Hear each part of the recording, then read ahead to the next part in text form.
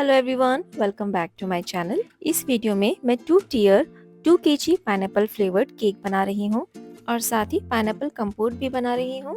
Pineapple कंपोट बनाने के लिए मैंने मीडियम साइज पाइनएप्पल लिया है। पाइनएप्पल को पीसेस में चॉप कर लिया है। ऑलमोस्ट 3 कप जितने पाइनएप्पल्स के पीसेस हो गए हैं। कुछ पीसेस छोड़कर सभी पीसेस का मैं कंपोट रेडी कर लूँगी। 1/4 कप शुगर, 1/4 कप वाटर और 1 टेबलस्पून लेमन जूस ऐड करके सभी चीज़ों को लो फ्लेम पर कुक कर लूँगी। As compared to strawberry and blueberry, pineapple pieces थोड़े हार्ड होते हैं, इसलिए मैं उसे सॉफ्ट होने तक कुक कर लूँगी। देन इसे पूरी तरह ठंडा करके ब्लेंड कर लूँगी। आप देख सकते हैं पानी पूरी तरह से ड्राई हो चुका है। पाइनएप्पल पीसेस भी सॉफ्ट हो गए हैं। फ्लेम बंद करके पूरी तरह से ठंडा होने के बाद इसे ब्लेंड कर लूँगी। 2 केजी केक बनाने के लिए मैंने 2 7 इंच केक टिन और 2 5 इंच के केक टिन में स्पॉन्ज रेडी करके रखा हुआ है। एक 5 इंच वाला स्पॉन्ज मैंने एक्स्ट्रा बेक करके रखा हुआ था, पर इस केक में मैं एक ही बेस यूज़ करने वाली हूँ। सोकिंग के लिए मैंने पाइनएप्पल क्रश को डाइल्यूट कर लिया है। इसी से मैं सभी लेयर्स की सोकिंग करूँगी।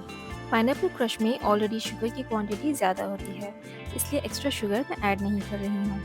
एजेस में क्रीम की थिक लेयर लगाकर सेंटर में पाइनएप्पल कंपोट फिल करूँगी।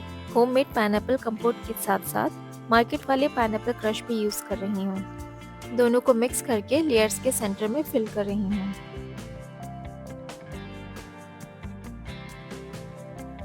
देन उसके ऊपर क्रीम की थिन लेयर लगाकर कुछ पाइनएप्पल के पीसेस और थोड़े चेरी के पीसेस रख दूंगी। क्लाइंट के चॉइस के अकॉर्डिंग ही मैं पाइनएप्पल पीसेस के साथ कुछ चेरी के पीसेस भी डाल रही हूँ। सभी लेयर्स को मैं इसी तरह से रेडी कर लूँगी। टॉप टियर में 3 लेयर्स रखूँगी, जबकि बॉटम टियर में 7 इंचेस की 4 लेयर्स होंगे। फर्स्ट टियर को क्रम कोट करके मैं बेस को फ्रिज में रख दूँगी। बॉटम टियर को भी सेम प्रोसेस से मैं रेडी कर रही हूँ। वैसे पाइनएप्पल और चेरी का कॉम्बिनेशन काफ़ी अच्छा होता है। नेक्स्ट टाइम जब भी आप पाइनएप्पल केक बनाएं तो इस तरह से बनाने का ट्राई कीजिएगा। डेफिनेटली ये आपको बहुत पसंद आने वाला है। होममेड कंपोट और फ्रेश फ्रूट से जो क्रंचीनेस आती है वो केक को नेक्स्ट लेवल तक पहुंचा देता है। इससे पहले भी सेम क्लाइंट ने मुझसे पाइनएप्पल फ्लेवर में केक लिए हैं, बट वो सारे केक्स मैंने रेडीमेड पाइनएप्पल क्रश से बनाए थे।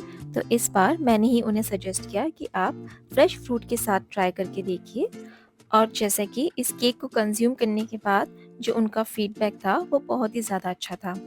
केक की सॉफ्टनेस, टेक्सचर, फ्लेवर, डिज़ाइन सभी कुछ उन्हें बहुत पसंद आया। तो सभी 4 लेयर्स मैंने लगा दिए हैं। क्रम कोट करके इसे भी रेफ्रिजरेट कर दूंगी और आगे की प्रिपरेशन कर लूँगी।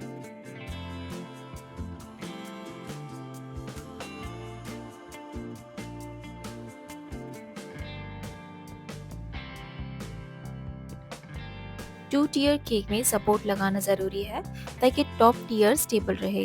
इसलिए फाइनल कोटिंग से जस्ट पहले बॉटम टियर में स्ट्रॉ से 4 सपोर्ट लगाए हैं और बाद में टॉप टियर के साथ भी सेंटर में सपोर्ट लगाने वाली हूँ। स्ट्रॉ की लेंथ एग्जैक्टली केक के हाइट के अकॉर्डिंग होनी चाहिए, ना ही ज़्यादा लंबी होनी चाहिए और ना ही ज़्यादा छोटी होनी चाहिए। अब मैं दोनों टियर को फाइनल कोटिंग कर लूँगी।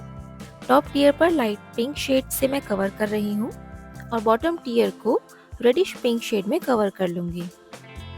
दोनों टियर के टॉप पर पैलेट नाइफ से स्वर्ल बनाने से अलग ही फिनिशिंग आ जाती है।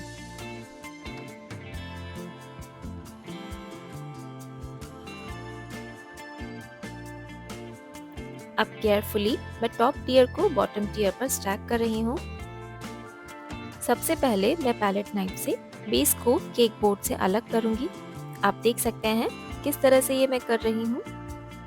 फिर मैंने सेंटर में वुडन टॉवल इंसर्ट किया है जो कि दोनों टियर को सपोर्ट करेगा। टॉवल और पैलेट नाइफ की हेल्प से टॉप टियर को बॉटम टियर पर केयरफुली सेंटर पर रख देंगे और धीरे से पैलेट नाइफ को बाहर निकालेंगे। काफ़ी कोशिशों के बाद भी जब भी पैलेट नाइफ निकालती हूँ थोड़ी बहुत क्रीम हट ही जाती है। ऐसा आपके साथ भी होता होगा, तो कोई बात नहीं। क्रीम को थोड़ा स्मूथ करके इस पोर्शन को बैक साइड में रख सकते हैं। सेंटर में जो डॉवल इंसर्ट किया था उसे नीचे तक प्रेस कर देंगे। अब ये केक एकदम स्टेबल हो चुका है। पैलेट नाइफ निकालते वक्त जो क्रीम हट गई थी उसे सॉफ्ट स्क्रैपर से ठीक कर लेंगे। अब चलते हैं केक की डेकोरेशन पार्ट की तरफ। केक डेकोरेशन की सारी प्रिपरेशन मैंने एडवांस में ही करके रखी हुई थी। जो भी पेपर कटिंग्स है और फॉन्डेंट फिगर उन्हें पहले से ही रेडी करके रखे हुए थे ताकि सारे फॉन्डेंट फिगर्स ड्राई हो जाए। केक डिलीवरी के 1 घंटे पहले ही मैंने सारे फॉन्डेंट फिगर फिक्स किए हैं। वैसे अभी जो वेदर है थोड़ी ठंड के साथ ड्राइनेस भी है, तो ऐसे वेदर में फॉन्डेंट स्वेट नहीं करते हैं। फॉन्डेंट के साथ वर्क करना इजी हो जाता है। फॉन्डेंट फ्लावर्स मैंने किस तरह से बनाए इसका एक अलग वीडियो मैं बनाने वाली हूँ, उस वीडियो पे जाकर आप चेक कर सकते हैं। बेस में फॉन्डेंट स्ट्रिप पर मैंने जिस पेन से नाम लिखा है उसकी इंक भी एडिबल है। क्लाइंट ने जो पिक्चर मुझे शेयर की थी उसमें काफ़ी कुछ पार्ट फॉन्डेंट का था, बट मेरी हमेशा यही कोशिश रहती है कि मैं मिनिमम से मिनिमम फॉन्डेंट का यूज़ करूं। क्लाइंट भी इस चीज़ से एग्री करते हैं। After all fondant is not good for health. Heart मैंने वाइट चॉकलेट से बनाए हैं और 5 नंबर के नीचे जो स्टिक होती है उसे तोड़कर बॉटम टियर के फ्रंट साइड पर मैंने फिक्स कर दिया है। केक के टॉप पर फॉन्डेंट रोजेस फिक्स कर दिए हैं। तो इस तरह से केक डेकोरेशन पार्ट भी कंप्लीट हो गया है। ये क्यूट सा हेलो किटी थीम केक आपको कैसा लगा? Do let me know in the comment and don't forget to like, share and subscribe. Thank you for watching.